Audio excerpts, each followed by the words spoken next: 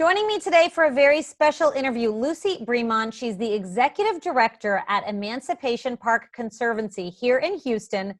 She's also a big Houston Texans fan, as I can see from the background, because she is a regular season ticket member. So Lucy, welcome in. Thank you. I just wanted to say there's a lot of people that have heard of Emancipation Park, even the people that live here in Houston, and don't realize what a rich history it has and such direct ties to Juneteenth, the original Juneteenth, June 19th, 1865, when the rest of the enslaved people here in the South were declared free. So for those people that may not be familiar with it, can you give us a little bit of background on the park and how it came to be? So Emancipation Park was purchased with $800 by 4 young men right out of slavery, and they wanted to have a place to celebrate their freedom. And so they pulled their resources together, and the park was especially set up so that people can come together and celebrate their freedom. In 1865, when General Granger arrived in Galveston and announced that people were free, people celebrated everywhere, in their homes, at churches. Some of them were even not allowed to celebrate. So they thought it would be really good so they could come together and have a place to celebrate. And also it recognized property ownership at the time. It's a beautiful facility in the historic 3rd Ward.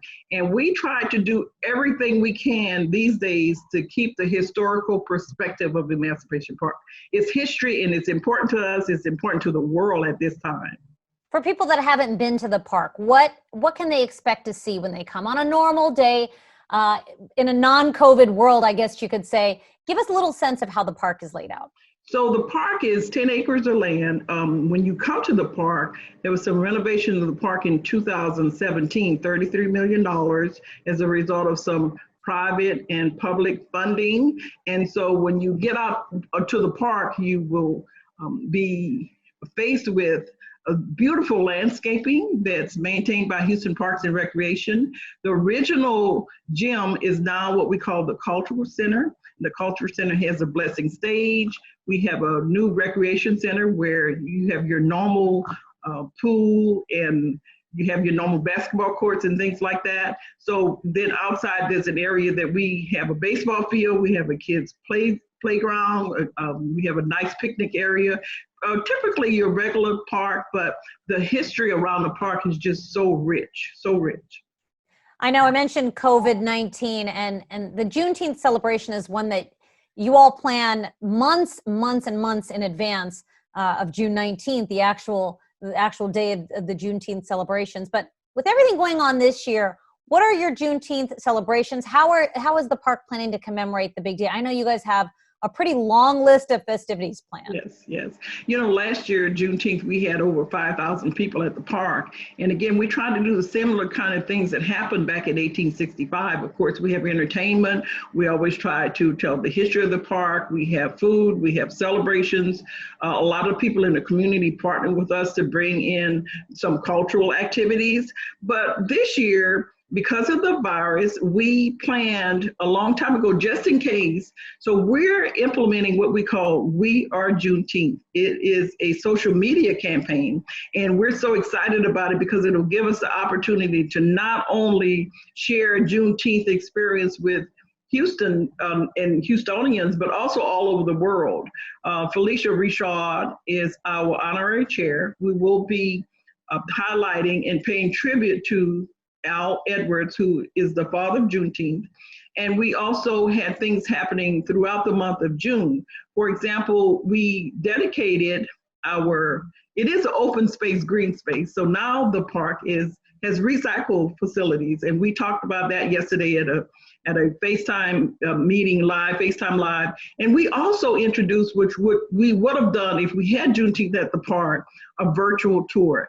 Traditionally you go to a park, you go to a museum, and you have docents that walk around and tell you about the park. But we wanted everybody to get the full flavor of what happens at Emancipation Park. So we developed a virtual tour. It's an app that you can download. You can even look at the tour online. And that's something that we launched on just yesterday. So if you're not able to come to the park, you can still see the tour of the park anywhere in the world. And if you're somewhere not in Houston and you want to see the park, you'll see it, and it's going to make you want to come to the park even more. Now, I know you're a big Houston Texans fan, and both the Texans organization and Emancipation Park have worked together in the past. This year, as with everything going on in the world with the George Floyd death and the protests, and especially with him being from the Third Ward, there's a big spotlight on Juneteenth and Black history and everything surrounding it. What about you? What are your thoughts on how everything has come together in the past few weeks and months to really put a spotlight on Emancipation Park and how people have become a lot more interested in learning more about the history? Yeah, so we're very saddened by Floyd, and he was a native Houstonian, grew up right there in Third Ward, went to Yates High School. So we're using this as an opportunity to help heal, help with emotions. The combination of that and what's happening to other African Americans in the world that's being, losing their lives endlessly, but by things that's no fault of their own. Back when the slaves got together, it was without incident at Emancipation Park. And for what I can understand, there's been a lot of protests at the park, all very peaceful. And I think that this is a huge opportunity for us to shed some positive light on the situation and to take advantage of the fact that maybe people who did not know about Emancipation Park gets the opportunity to hear firsthand some of the things that's happening in that Third Ward community that's all reflective of positive change. And moving forward, we can keep telling the story and keep telling the story about resilience, keep telling the story about hope and dreams and the possibilities of the future.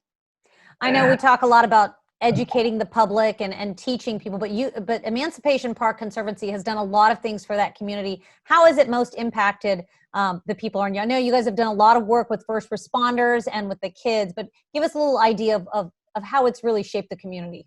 So when I've been there 2 years, when I got there, what we did was take the voice of the community, the voice of people in the community. What would you like to see at the park? What's not at the park that should be there? What's at the park that we should eliminate? And we took the opportunity to implement programs that's still going on because we're doing it virtually, that talked about educating people about the rich history and the culture. We're doing some health disparities kinds of programming. We have a hip hop step aerobics, which is virtually, and we'll continue to do that practice. We are looking at economic empowerment, so we're partnering with other Third Ward organizations to help strengthen the relationship that we have with small businesses in the community. And we're thankful for the Houston Texans for keeping Emancipation Park Conservancy on their agenda. Since I've been there, they always take the opportunity to bring programs. Some of your players have done some of their outreach activities there, and you had your huge Centennial, Yes. Celebration at Emancipation Park. You've also had programs there with the Police Assistance League, and we're very happy that was an opportunity for you to help us bring programs to the park to help strengthen the relationship with the people in the park and the people that's utilizing the park. Any day you get there, you'll see people, throughout the park. We encourage people to come, even though there's a virus, but maintain things like social distancing and make sure that when you wear masks and things like that. So moving forward, for me and what I see as the future of the park, we want to make sure that when things are settled down, that we're strong and prepared by implementing what we call some new normal activities that'll make sure that people will always want to come to the park, but create a safe environment for them to come there and participate in any programming we have. But until that time, we'll continue to function in a virtual environment. We'll continue to keep our supporters and our park goers strong and prepared and communicating with them about what's going on at the park.